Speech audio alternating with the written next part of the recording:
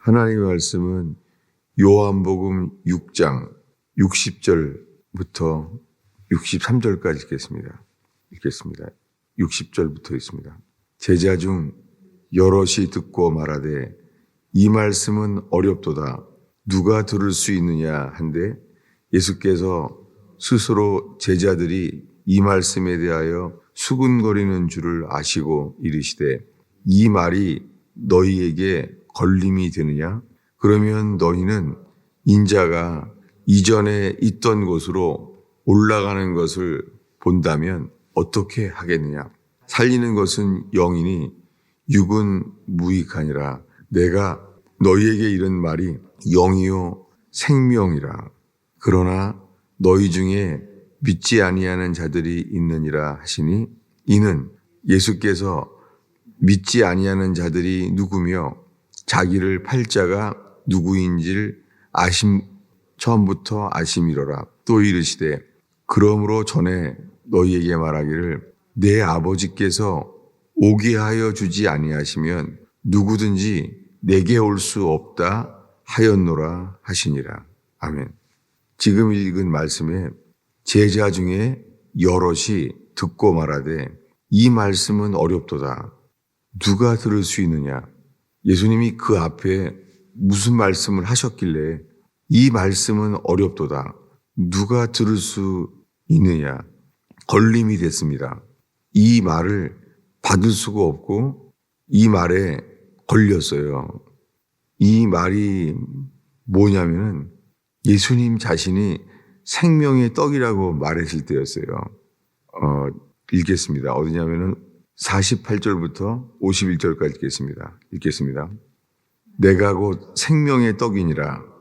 너희 조상들은 광야에서 만나를 먹었어도 죽었거니와 이는 하늘에서 내려온 떡이니 사람으로 하여금 먹고 죽지 아니하게 하는 것이니라. 나는 하늘에서 내려온 살아있는 떡이니 사람이 이 떡을 먹으면 영생하리라. 내가 줄 떡은 곧 세상의 생명을 위한 내 살이니라. 이렇게 말했어요. 주님이 나는 생명의 떡이라는 거예요. 그리고 나는 이 떡은 세상의 생명을 위한 내 살이니라 라고 말했습니다. 그리고는 그 피에 대해서는 참된 음료라고 말합니다. 그리고 내 살을 먹고 내 피를 마시는 자는 내 안에 거하고 나도 그 안에 거하리라. 이렇게 말했어요. 이 피를 마시면 산다는 거예요.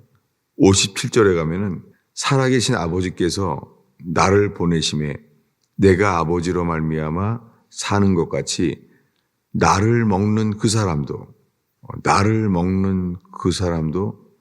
주님을 먹으라는 거예요. 그 살이고 떡이시고 그분을 먹으면은 나로 말미암아 살리라. 58절에 가면은 이 떡을 먹는 자는 영원히 살리라 라고 말했어요. 근데 이것을 걸린 거예요. 이 말씀은 어렵도다. 누가 들을 수 있느냐? 걸림이 되었다는 거예요. 그때 이 떡을 먹고 이 살을 먹는 자는 영생한다고 말하면서 63절에는 아주 익숙한 말씀이 있죠. 살리는 것은 영이니 육은 무익하니라. 내가 너희에게 이른 말은 영이요 생명이니라. 우리가 익숙한 말씀이에요. 내가 너희에게 이른 말은 예수님이 그 제자들에게 이른 말은 이 레마의 말씀은 영이요 생명이라는 거예요. 이렇게 설교를 예수님이 했는데 그들은요 이걸 받을 수가 없는 거예요. 66절을 읽겠습니다. 그때부터 그의 제자 중에서 많은 사람이 떠나가고 다시 그와 함께 다니지 아니하더라. 여기에 지금 12제자는 아니겠죠. 12제자가 아닌 예수님을 따르는 제자들, 그 제자들 중에서 많은 사람이 떠나가고 다시 예수와 함께 다니지 아니하더라. 그래서 많은 제자가 떠나고 이제 12명 남았습니다. 그때 예수님이 67절에 예수께서 12제자에게 이르시되 제자들 중에서 다 떠나가고 12명 남았습니다. 그때 말합니다. 너희도 가려느냐? 그때 시몬 베드로가 말씀하시되 영생의 말씀이 계심에 영생의 말씀이 주께 있사오니 우리가 누구에게로 가오리까?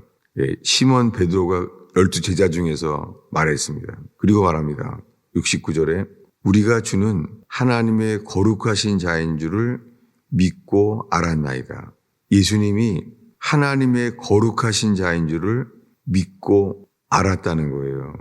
지금 예수님이 나는 생명의 떡이다. 그리고 내 피는 참된 음료다. 그래서 나를 먹는 사람은 내 살을 먹는 자, 나를 먹는 사람들은 영생을 얻는다고 설교를 했는데 영생을 얻는다고 설교했는데 이 떡을 먹는 자는 영원히 살리라라고 했는데 이 말씀은 어렵도다. 누가 들을 수 있겠느냐. 지금 그럼 예수님을 따를 때는 왜 따랐었죠? 예수님을 왜 따르고 있는 거죠?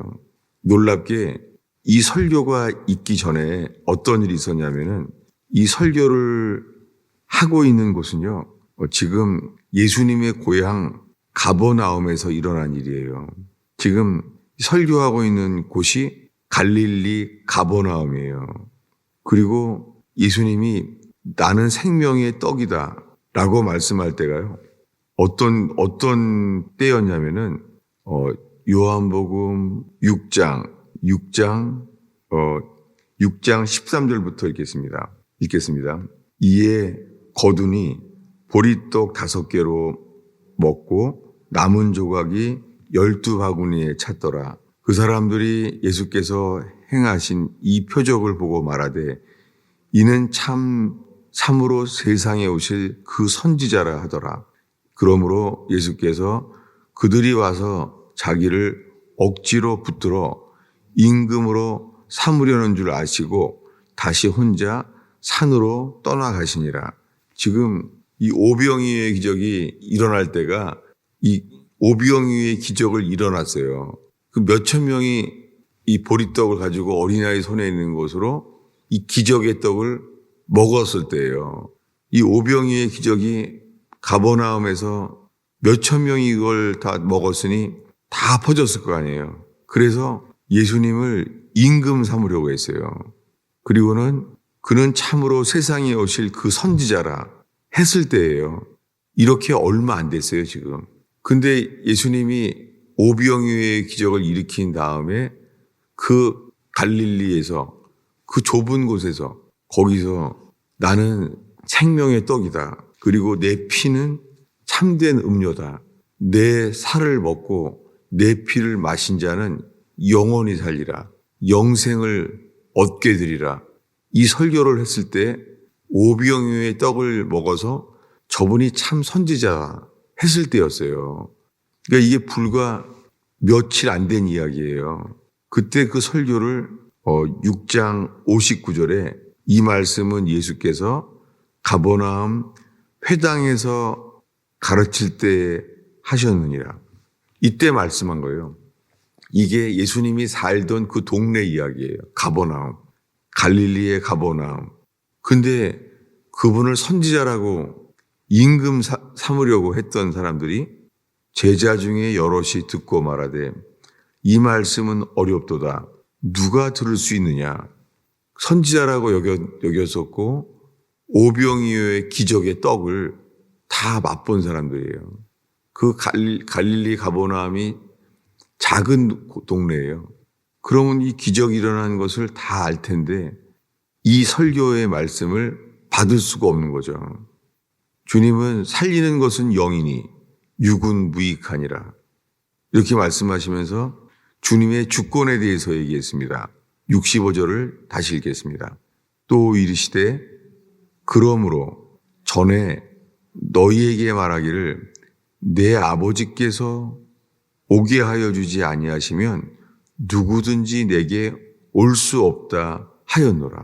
그러니까 예수님은 이 말씀을 하시면서 아버지께서 이끌지 아니하시면 아버지께서 오게 하여 주지 아니하시면 누구든지 나에게 올 수 없다. 아버지께서 이끌지 아니하시면 예수님께 올 수 없다는 거예요.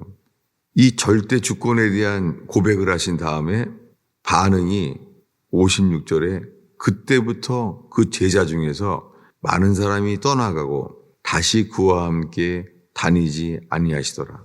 내 살과 내 피를 먹고 마시면은 영생을 얻는다는 말씀을, 그 영생의 길을 전했을 때 베드로는 영생의 말씀이 주께 있사오니 우리가 누구에게로 가오리까?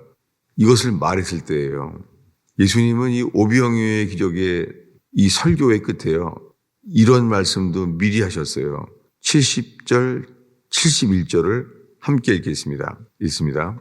예수께서 대답하시되 내가 너희 12를 택하지 아니하였느냐? 그러나 너희 중에 한 사람은 마귀니라 하시니 이 말씀은 가롯 시몬의 아들 유다를 가리키심이라.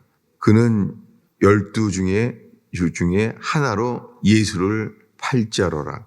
여러분, 우리가 대부분 알고 있는 것이요, 예수님이 죽기 직전에 전날 밤에요, 예수님이 십자가에 죽기 직전에 전날 밤에 한 조각 떡을 가룟 유다에게 주잖아요. 주면서 너의 하던 일을 행하라 했잖아요. 그래서 제자들한테 가룟 유다가 예수님을 팔자라는 것을 그때 말한 줄 알잖아요. 그게 사실이죠. 그러니까 마태, 마가, 누가복음에서는 예수님이 십자가에 죽기 전날 밤에 한 조각 떡을 주면서 가룟 유다가 예수를 팔자라는 것을 그때 말했잖아요. 근데 요한복음에서는요, 이 지금 요한복음 6장에서는 지금 예수님이 사역을 시작할 때예요. 요한복음 이 6장이. 근데 이때 이미 내 떡과 내 살과 피를 먹고 마시는 자는 영생을 얻는다. 그리고 내 살과 피를 먹고 마시지 않는 사람은 나와 관계가 없다. 이렇게 말할 때 이미 가룟 유다에 대해서 미리 말씀하신 거죠. 누구에게요? 이미 12 제자에게 이때 말한 거예요. 내가 너희 12를 택하지 아니하였느냐? 그러나 너희 중에 한 사람은 마귀니라. 지금 이 가룟 유다가 어떤 사람인지 지금 아무도 몰라요. 근데 초기에 이렇게 벌써 12명 중에 한 명은 예수를 팔자라고 지금 말하고 있는 거예요. 왜 요한복음에는 이렇게 미리 말한 말씀들이 이렇게 많아요? 지금 이번 주에는 첫날부터 주님이 미리 말한 것들을 나눴습니다. 특히 어떤 걸 말했냐면은 요한복음에서 성전을 정결케 하시면서 그 상을 다 둘러 엎으셨잖아요. 이 요한복음에서요. 그래서 내 아버지의 집을 기도하는 집이라고 했는데 장사하는 집으로 만들지 말라 했잖아요. 이게 언제예요? 이거는 마태, 마가, 누가복음에는요, 예수님이 십자가에 죽기 바로 직전에 성전을 둘러 엎으셨던 건데, 이거라면 사도 요한이 모를 리가 없죠. 처음부터 따랐던 사람인데 요한복음에서는 3년 전에 하신 일처럼 하신 거예요. 성전을 둘러 엎은 것은 3년 뒤에 죽기 전에 그때 하신 일이거든요. 성전을 청결하는 것은. 근데 왜 요한복음에서만 이 순서를 바꿔서 먼저 말한 것처럼 하신 거예요.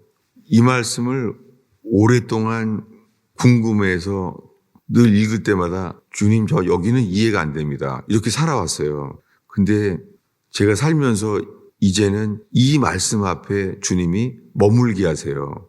왠지는 모릅니다. 제가 알고 있는 것은 이 요한복음은 주님이 요한계시록을 쓰게 하시고 미리 알게 하시려고 이 요한을 택하셨구나 한 것을 알게 돼요. 기도하겠습니다. 예수님, 이 새벽의 기도를 지키는 주의 백성을 올려드립니다.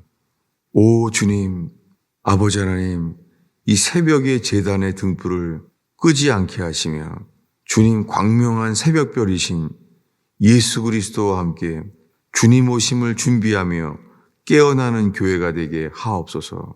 오 주님, 적은 무리가 모였습니다. 주님, 저희가 깨어 기도함으로 말미암아 광명하신 새벽별이신 주님을 만나게 하옵소서. 그분의 별빛으로 인하여 깨어나게 하시며 주님, 깨어난 신앙생활이 일어나는 교회 되게 하여 주옵소서. 주님, 오늘 기도할 때에 저희의 기도를 그 새벽별께서 이끌어 주옵소서. 예수님의 이름으로 기도하였습니다.